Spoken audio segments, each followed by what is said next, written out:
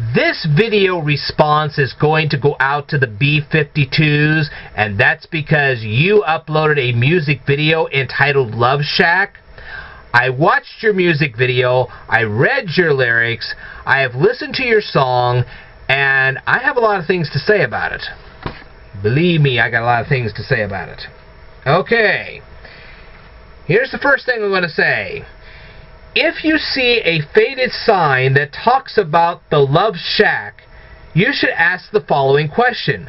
If the sign is faded, then how run down is the Love Shack?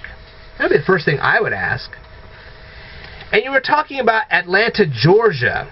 Okay, keep in mind that Atlanta, Georgia has many highways. Which one are you referring to? Okay?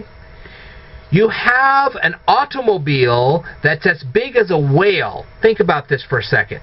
So you have a gas-guzzling car. Well, where are you environmentalists to discuss all this? I mean, really? I mean, don't environmentalists want gas-guzzling automobiles off the road? Think about that. Now, how can you afford to put money in a jukebox if you are spending so much money to fill up the gas tank on your car, your automobile, that is as big as a whale? Really, I mean, you say in the song that a bunch of people can actually fit in this car. And I'm not talking about just 3 or 4, I'm talking about a lot of people can fit in that car. And you're talking about a gas guzzler, and you have money for a jukebox too? I mean, how rich are you? Why would anyone want to get together in a building that could be condemned by the local authorities at any time? Been wondering about that. Now, I know this is kind of a strong word, but they always say that they say in the lyrics that love rules there. Really? I think it'd be more like lust rules there. I don't know about love. Lust maybe, but love no. If the shack is in the middle of a field, doesn't that mean that a farmer probably owns that shack? That could mean that the people entering that shack are actually trespassing. And if that being the case, the farmer could call the cops. That put a quick end to your party plans, I can tell you that right now. If you and your friends are paying so much money to fill the gas tank on your automobile, how can they afford to buy that much glitter? And why would anyone want to sit on or lie on so much glitter? Do you realize how hard it is to get that much glitter off your body? Really? And placing glitter on a highway, especially as much as you're talking about in that song, that's littering.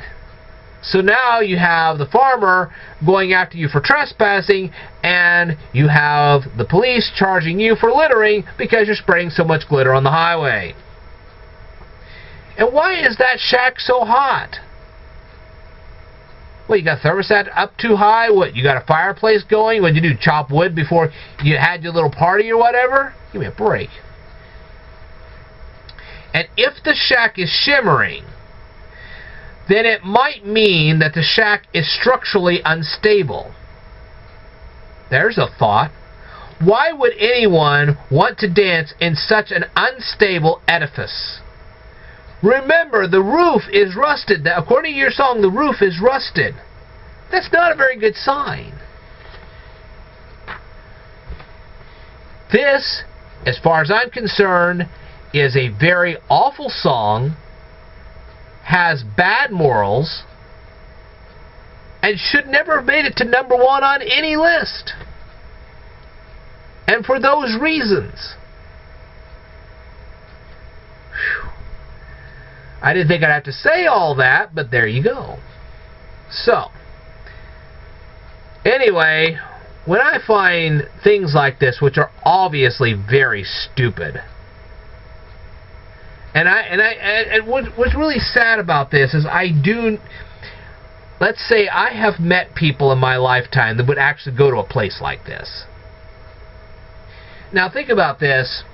You're talking about a place like this, an old shack, rusted roof, unstable walls, probably an unstable floor too, and you got glitter everywhere. I'm sure that glitter's not the only thing in that area. You probably have rodents running around in the area because, after all, that place being that run down probably has holes in it, and those holes are just letting critters in right off the bat.